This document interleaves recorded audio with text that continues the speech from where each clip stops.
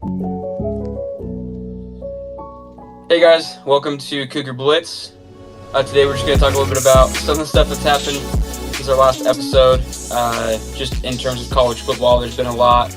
We've had the first round of playoff games, chaos with Kenny Dillingham re-signing with Arizona State, so he's staying, and then making some interesting comments about getting some money. And then now it looks like, Kyle Whittingham retired. Jeez, that's a Tired. yeah. For Um, now, until yeah, someone gets him, yeah. potentially might have already got. Interesting move there, I know. Kyle. I mean, in my opinion, I think he's the front runner for Michigan. So I think he might be too, and I think it's kind of shady that he's not saying that yet, because I mean I don't know if you've driven north on the freeway towards Salt Lake Valley, but I saw a new billboard yesterday that was thanks, Kyle. thanks Kyle. Yeah. It's a little Yep. interesting that they have that. Um, Especially if he announces, some sort of change. But okay, whatever. Yeah, I think it's a PR thing from the university, but I think that the university, with this whole new private equity thing, and then Scally's been waiting patiently for what, like, going on 3 years now. Yep. Um, Essentially, I wouldn't be shocked if there was something to the effect of like Scally was just kind of like, "Hey guys, like, there are other teams out there that Yeah. wouldn't mind having you as a head coach, Like specifically or a at the very big team that may have had highest some paid D controversy coordinator." recently. Maybe Yes. someone that's looking for, I don't know, a solid head coach to lead their program. Yeah, Weird. yeah, and maybe Scally wouldn't have been that guy there, but he definitely would be like considered a top. So for sure, there are a lot of schools that would offer him Yep. as a head coach. Yep. And then there, like, pretty much every school out there would pay him big bucks to be a D coordinator with like a, hey, we could have you as D coordinator in the wing, or D coordinator, head coach in the wings, just like you are at Utah, but pay you twice as much money. Yep. And but he's been loyal to the University of Utah, so good on him. But I'm sure that played a huge part in it, because it sounds like Kyle didn't want to leave. Yeah. Like, this was not his plan. This was not his, I'm ready to retire, I'm retiring. This was, I think that he wanted to go at least another year and potentially 2 more years in the Big 12, Yeah. um, especially with the new private equity thing announced. I did not think he was going to retire once that was announced, to be honest. And I think one massive part of it is just, I mean, it's Kyle Whittingham, who's been all over the place with some commentary. He's been all over the place with some things that he said, and I think it's an interesting timing thing with what's gone down college football coach wise here postseason. I think it's gonna be an interesting move for Kyle, but I think, you know, I mean, Kalani's gonna go 4 in a row against Yeah. Utah. I'm pretty Yes, confident of that. I think so. And I mean, I think that it is time for Utah to move on. Like, I Yep. don't think that necessarily made a bad decision. I think that the way that they handled it wasn't fantastic Right. from what it's like. Um, but I think that, once you've had a coach for a long time, kind of like Kansas State right now with their head coach, like, Yeah. it's just kind of, at this point, it's time to move on. Um, and I think personally, I would have liked him to give him, maybe, like, let him, like, be on his terms. But then again, a guy like Kyle Whittingham, like, as we found out, when you Yep. let it be on his terms, it might not ever happen. So, Yep. Yep. When you kind of leave it up to him, it might not ever happen. That's very true. but I think Michigan taking him. I'm not a, like, because I'm a BYU fan. I don't like Kyle Whittingham, True. but I do think that he is perfect for what Michigan needs right now. Yeah. Like an old school disciplinary. Yeah. They have talent. It's not a matter of having a recruiter. It's not a matter of like anything like that. It's like It's literally just having a disciplined culture. Yeah, That's all that they need to be outrageously successful, and that's exactly what Kyle Whittingham is. I think he's going to be great. And speaking of, you know, decently strict cultures, we talked a little bit about Notre Dame last time. How they kind of said after they heard that they were playing us in the bowl that they didn't want to do it. Come to Hmm. find out, maybe some talks were going on, but we have a home game series first there, then back in Provo against Notre Dame, which I think is fun. Yeah. I think that's going to be kind of a cool. I don't think they're going to back out of that one, but I think it's going to be cool. So the one next year, that's in That's there, right? yeah, Yeah. in Indiana. Yep. Yep. And then 2027 comes back to Provo. Nice. Yeah. Yep. So that's going to be fun. Um, Other Cougar news. I think that's huge. Basketball's doing really, really good. AJ DeBonsa got a mural painted of him in his hometown of one of his dunks the other night. I think that's really Nice. cool. Getting some local recognition again from, like, obviously he was a star back in his hometown high school, and I mean he just made a massive impact, and so it's very cool to see that he's getting some recognition there too.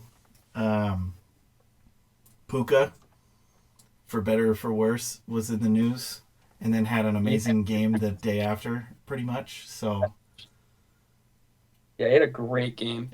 The he's Rams lost. unbelievable. He's so good. Yeah, Madden did their updated rankings, and he's the number one rated wide receiver in Madden now. Yeah, he's an absolute like psychopath when it comes to that. I mean, he's just unreal good, and has improved. I mean, dramatically even since college. He was great in college. Don't get me wrong. But man, you give that guy some money and he starts going crazy. Well, I mean, I think what really gives him the edge is that he understands that concussions just aren't real. Yep. It's all just a fig of people's imaginations. That's why they wear helmets. Come on, dude. They're not real. Come on. No, they're not real. Puka is genuinely one of the best receivers, and it's great to see him as the number one right now. Um, He is the other best receiver. He's So, so good. Other Cougars in the news. Kyle Van Noy had the first football assist that I've ever seen. We talked about yeah. this the other day. Was Um, high IQ play. Massive IQ play, but honestly, it kind of felt like a basketball assist. He sees that he's in a position that he's not going to have an open route to score, but he picks it off. And so instead, he sees that he's in a great blocking position, puts himself in that, and then hands the ball off to a guy faster than him after motioning him over, which I think, like you just said, it's a massive IQ play. But, I mean, to get a pick and then hand it off to another guy for that guy to go get the pick six is so cool. I thought that was a great defensive play, and obviously I'm a huge Kyle Van Noy fan.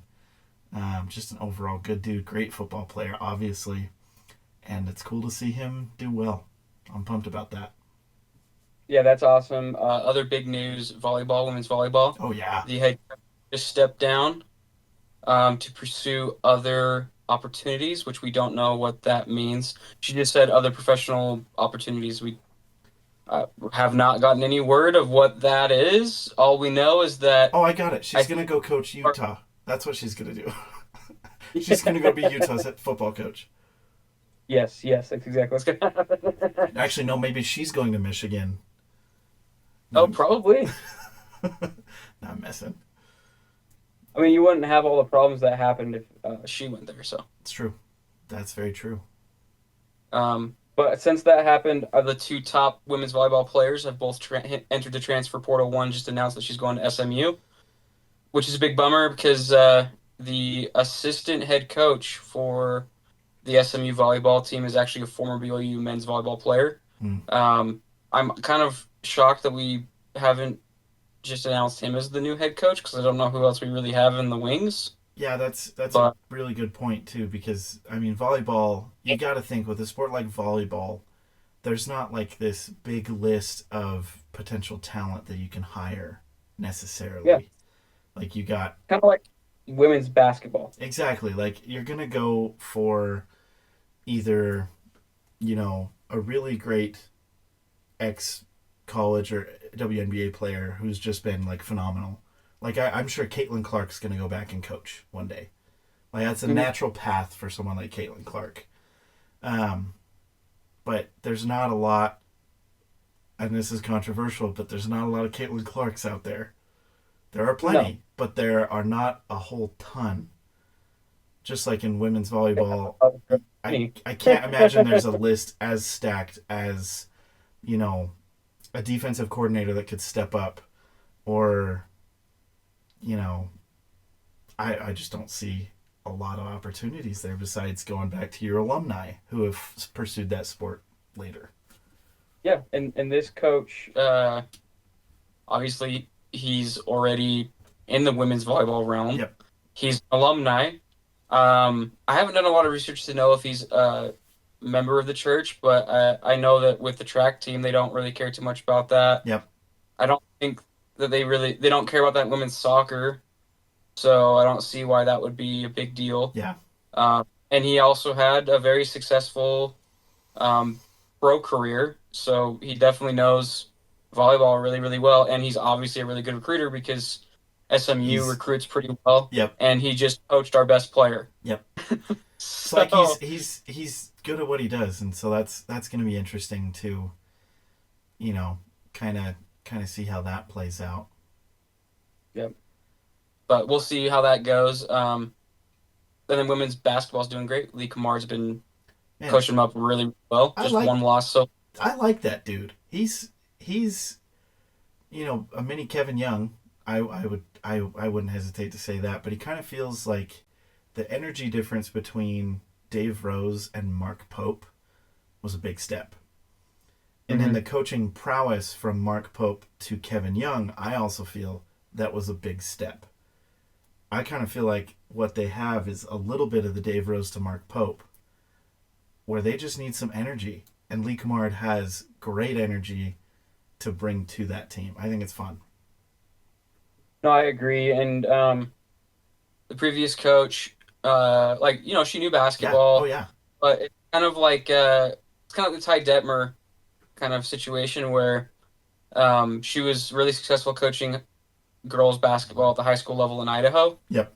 but but then you bring that and you go to the college level, and it's just there's a jump, and to It's a big expect jump. someone to jump like that to a coordinator position, let alone a head coaching position, Yeah. pretty crazy without having some kind of a transition Yep. in between.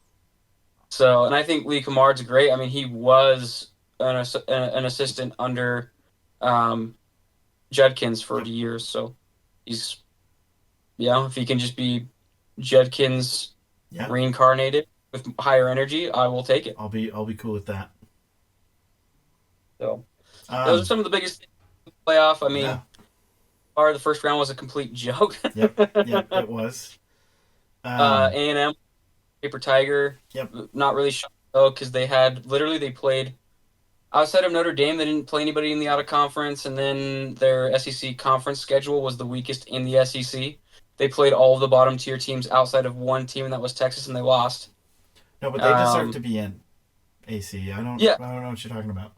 well, what I would say is they did earn the right to get in. Like, I'm not disagreeing Oh with yeah. that. It's just nobody ever talked about that with like for example, Texas A&M when they played South Carolina, Yeah. right? Yep. They played South Carolina at South Carolina, and all that people could talk about was, oh my gosh, they're so amazing. They had a comeback victory on the road, right? Then you look at Cincinnati, who is better Yeah. than South Carolina. And it was the same week. BYU plays Cincinnati at Cincinnati. They're down, and they weren't even down as big as A&M. A&M was down like 30 points. And they had a BYU, comeback victory. yep, and BYU was down, I think, 10 points Yep. at the maybe 14 at the most. I think it was 10. And then they ended up coming back and winning. Yep. Texas A&M won by, I think it was 3 points. We won by Like 2 or 3 touchdowns. Yes, correct. Yeah. And it was at least 10 points. And so they won by single digits, we won by double digits. And it was like, wow, BYU can't even, you know, have a lead the entire game against Cincinnati. BYU wasn't very good in the first half against Cincinnati, but in the second half they did come back and just wipe the floor with Cincinnati and hold them to 0 points. That's true. However, still not that good of a comeback. Apparently, it just makes no sense. The same thing with Arizona. And then Arizona actually finished the season ranked. Yeah, and they were great. They're a great football team, A really good football and team, yeah. and people know that, and still just nothing. And I hated to see so many people with the saying we got snubbed. I do feel a little bit like that, but the what people were saying when they were like, yeah, we're being punished for losing our conference championship. I mean, it's harsh, but that's kind of what it felt like. Like we got Yeah. there soundly. We were the shoe in to be in the conference championship against Texas, right? But and Texas deserved to win. They're just a phenomenal football team, and I hope they go and win it all. Personally, I think they will. I Yeah, I think think they they're will. most. They're so good. They're so well put together on both sides of the ball, and I hope they go win. But man, it's frustrating that just it feels like we got snubbed. Well, I think what really there's a couple things in there that make it tough for me. It's hard to swallow that there were two group of five teams that got in, Yep, and one of them being Tulane, who had two losses. One was a blowout against Ole Miss. The second was a blowout against Memphis. yep, That is hard for me yep, because I thought that it was only guaranteed that one group of five team got in that earned it, yep, right? Which in that case, I'm not like, yeah, JMU got blown out. I'm not upset that JMU got in. yeah, I'm upset Tulane got in. yeah. Why is Tulane in the playoff? And They got blown out against Ole Miss. Why are they getting a rematch? And then ranked they got blown out against Memphis, and ranked 20th too of a less than 15 team playoff. ranked ahead of JMU. Why? Why? Because they beat Northwestern. Yeah, Like, it makes no sense. And I remembered there's a clip of me somewhere from high school where I'm complaining about the committee and how the committee, air quotes committee, back at that time it was decided that they were going to have, a national championship, but they were going to have a couple games before. Then it morphed into the playoff structure that we know now, very, like more recently. In those days when the committee was deciding who got into the championship, someone made a poster and brought it to our high school football game, prompted by this joke that the committee was just Kirk Herbstreit alone in like a dark room, and he was just deciding what happened. And so it was just a big photo of Kirk Herbstreit, and it was the committee with arrows pointing at him. And I thought it was so funny. Like it got on TV because, we had a ESPN high school player of the year kid or Gatorade player of the year or something like that. And so it got on national television, and it was very good at a high school football game. that's awesome. Mm-hmm. I mean, what really got me upset was whatever his name is, the chairman of the committee. Yep. A couple weeks, like about a month ago now, when Herbstreit actually asked him a question. That question was, "Are teams going to be punished for playing in the conference championship game?" And I think he was talking about Texas A&M. Yeah. And the response, the guy went, 6-7, and then laughed about it and didn't actually answer the question. And this dude's like freaking 70 years old. Yeah, he's Hunter Urachek. Yes, from The Arkansas. Yeah, the AD at Arkansas. AD of Arkansas? Seriously? Yeah. When was the last time Arkansas made a bowl game? I don't think they have in a very long time. When was the last time Arkansas had a winning record in their conference? You know what? I'm asking Google that. When was the last time Arkansas was in a bowl game?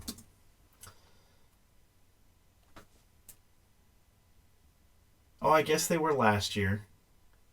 Who they play? AutoZone Liberty Bowl, where they beat Texas Tech. Oh wow, it's Wow, actually surprising. I did not know that.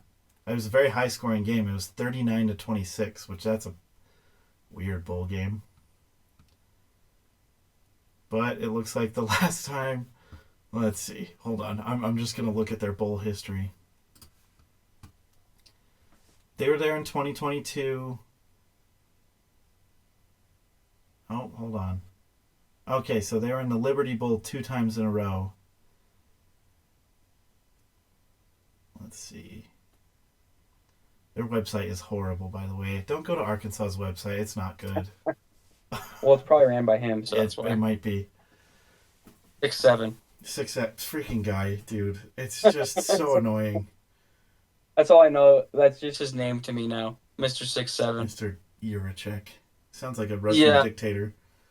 yeah, I know. Well, not much better, Yep. but no, like that's like ridiculous. Like someone has a very valid question. What really killed me though is that he just like Herb Street just laughed it off. Like he was like, "Oh, it's so funny." I'm Like, like, oh "That's yeah, actually haha, dude. But really not funny, actually." this is like teams are, you know, have to deal. Obviously, they're playing their tougher opponents here at the end of the season.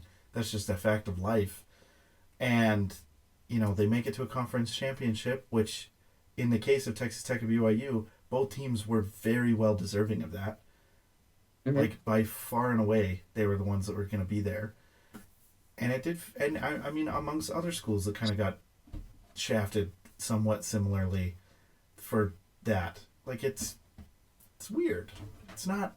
Something's wrong there. Well, yeah, I mean, if you look at it this way, if there were no conference championship games, um, a lot of the teams, so the Big Ten, the same two teams that got in those conference championships would have got in, Yep. and the SEC would have gotten in. BYU and Texas Tech probably both would have gotten in if there was no conference championship game. Yep. And then you look at Virginia probably would have gotten in too, Oh, you know what we're and forgetting though? not gotten in. That's a big factor here that I totally neglected. Was we forgot about the hypothetical games, AC. We forgot about that playing on a neutral field hypothetically what would happen because that's hmm real and that counts. No, it Yeah, doesn't. Like that means nothing. Ugh. I'm so sick of the hypotheticals. Another thing that's really crazy if you follow money. Yeah. This is a little crazy, but look at this right here.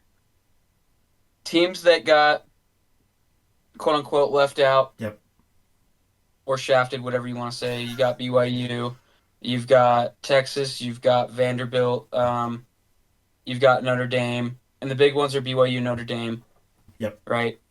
Um, and then look who got in over them. You got Miami, JMU, and Tulane. Yep. And you take one of those because one of them should get in, and it's in my opinion is JMU, Yep. I agree. and Miami and Tulane should not be in, which then gives a position for Notre Dame and BYU.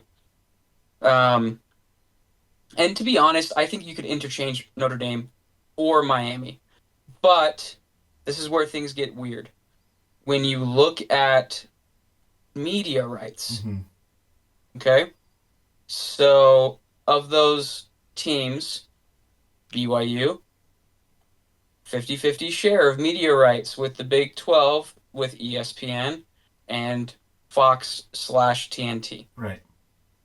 Then you look at Notre Dame, no media rights with ESPN. I think it's all with Fox Okay. or C. Now let's look at the conference that Tulane is in, the AAC. Mm-hmm. 100% media rights with ESPN. Now let's look at JMU with the Sun Belt, 100% media rights with ESPN. Now let's look at Miami, 100% media rights with the AAC. Hmm. Now that's interesting. ESPN has 100% media rights of the ACC, sorry. Yeah. So of the three teams that got in, 100% ESPN media rights. Teams that didn't get in, either partial share or full share are not with ESPN. I didn't know this podcast was going to become a conspiracy podcast, but I like this. I think this is Just good. follow the money. That's Yeah. just really interesting to me because if you take the statistics and you look at it, the SEC also is 100% ESPN Yep. media rights. You look at the Big Ten, it's 50-50 Fox, ESPN. Yep. So now what you're looking at in the Big 12. So you got one Big 12 team in, 50-50 share ESPN. You've got, I think, three Big Ten teams, right? Yep. I I think think. so. And so you're looking at 50-50 share, right?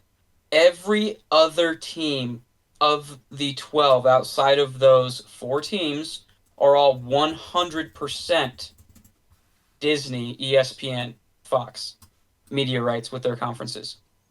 So, in that case, now for every single playoff game, ESPN has either a 50-50 share or a full share of media rights for every single game leading up to the championship. Hmm. I don't know how I feel about that. Kind of crazy. Yeah, a little Kind of weird. crazy. A little weird. Start following the money, and it's just like, huh. You're like, I wait a mean, like, minute. it's just it really odd. Like, I'm not saying anything. I'm just merely stating that that's just interesting. It's just interesting. Yeah, Yeah. just a little weird caveat.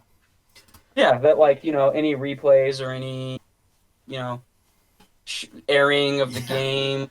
It all goes to ESPN or Disney or Fox. It's Interesting. just played on ABC Yep. or ESPN Mm-hmm. because of the media rights. They don't have to negotiate that because it's 50-50 share Yep. or 100%. Well, that's interesting. Um, yeah, I don't know how I feel about that. That's weird. But I do know how I feel about the Pop Tarts Bowl coming up. Yeah, yeah. I'm actually pretty pumped. I think it's going to be a fun game to watch. I think it's gonna be super sweet. Yeah.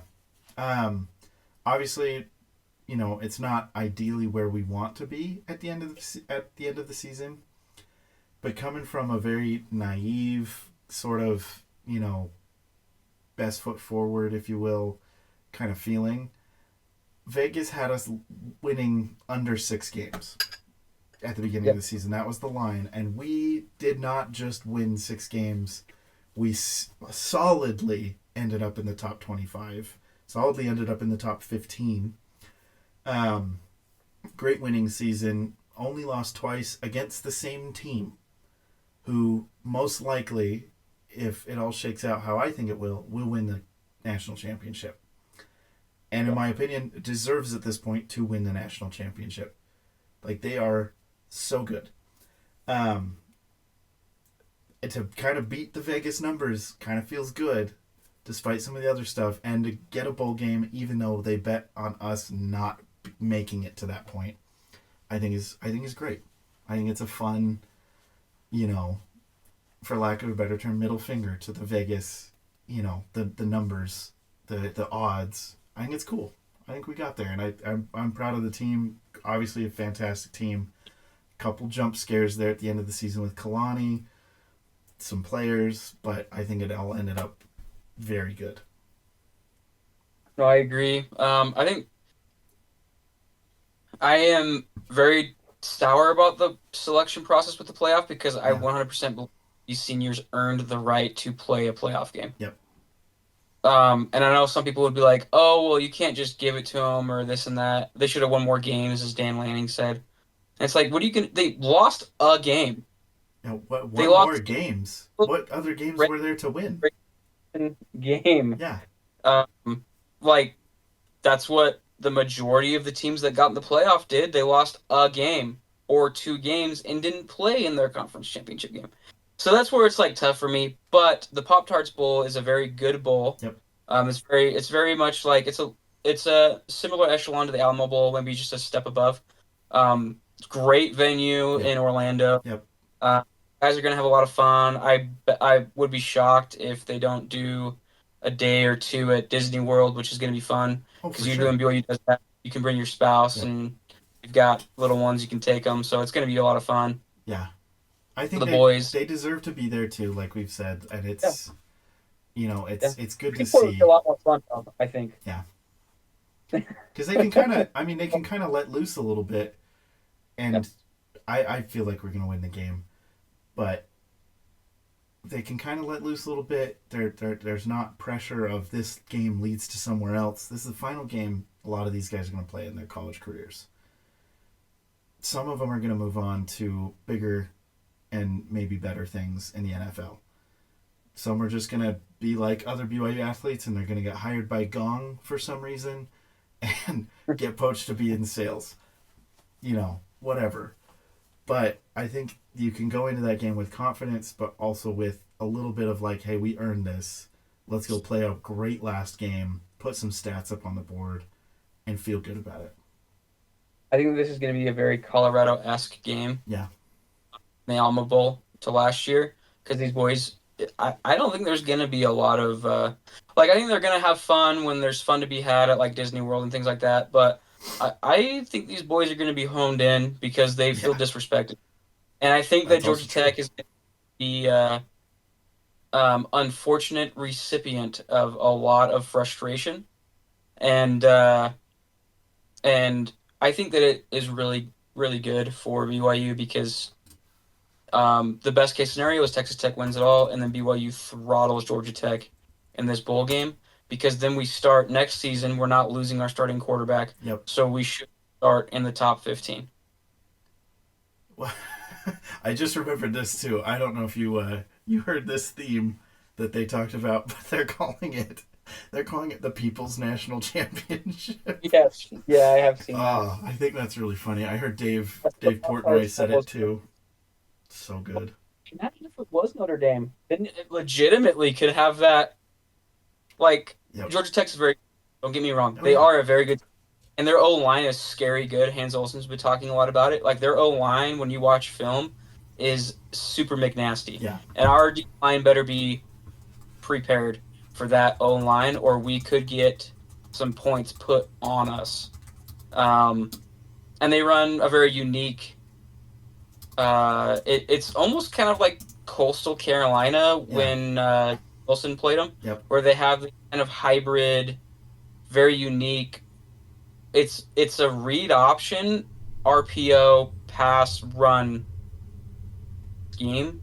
That's like it's really interesting because it's a hybrid package of kind of like the traditional triple option Okay. mixed with spread air raid. So Should be interesting. they kind of mixed the two together and had a baby together with this thing that's like a hodgepodge, a very very very well put together hodgepodge of the triple option, air raid, RPO all together, and the packages are super unique looking because it looks like they're running triple option in like almost T-bone looking Right. sets, almost pistol, almost um, like full house sets, and you have no idea if they're going to be running it down your throat, if they're going to have the quarterback run down your throat, the running back, the second string running back, the slot wide receiver, Yeah. or if they're going to fake all of those things and it's set up so that there is the option to do the option or pass it down the field for 30 yards on you. Jeez, the double op or So the triple option at that point. That's insane. it's like a trip. They have some plays that are like a triple option RPO. It's insane. It's wild. Should be It was fun. super wild, but super hard to defend Yep. because, like, unless you're just clamps on man coverage, um, you can get obliterated in that scheme. And Haynes King is one of the better quarterbacks in college football, Yeah. and he runs that scheme super well. He's really good on his feet. He's like Sorsby, but a better passer, Cool. much better passer. And So and speaking of I watched a lot of quarterbacks, college football yeah. Oh yeah. this year Too much. and last year, especially when they played big teams like Georgia and Yeah. such. Just because I felt like they have the scheme, it's just so unique that they can beat teams that aren't expecting it. Yeah. I do feel good about Bear. I don't know if you saw that quick interview that they did with Bear just the other night at practice.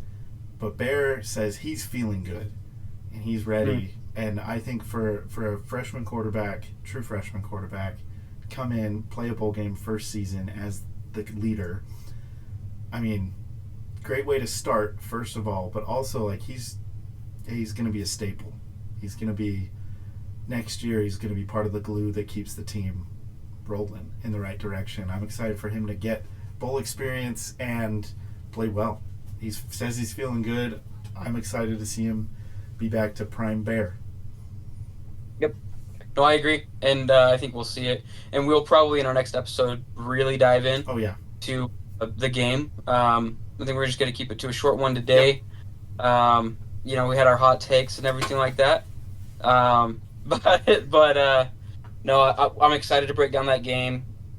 Maybe we'll dive more into some of the keys, like what we talked about with the D-line, some of the other things that we think Georgia Tech might like is scary about Georgia Tech, but also that we are scary as well. That defense, when they're on, they are scary. They've got to be just very scary to play against.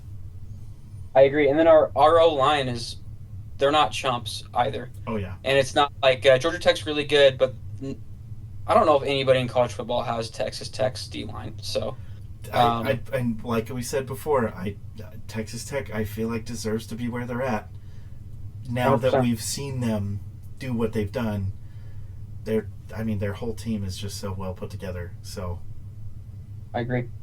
But I think that's we're gonna wrap it up for tonight and call it good. But thanks for listening, and look forward to breaking down everything on our next episode with the game. Game's coming up here in a couple days. That's right.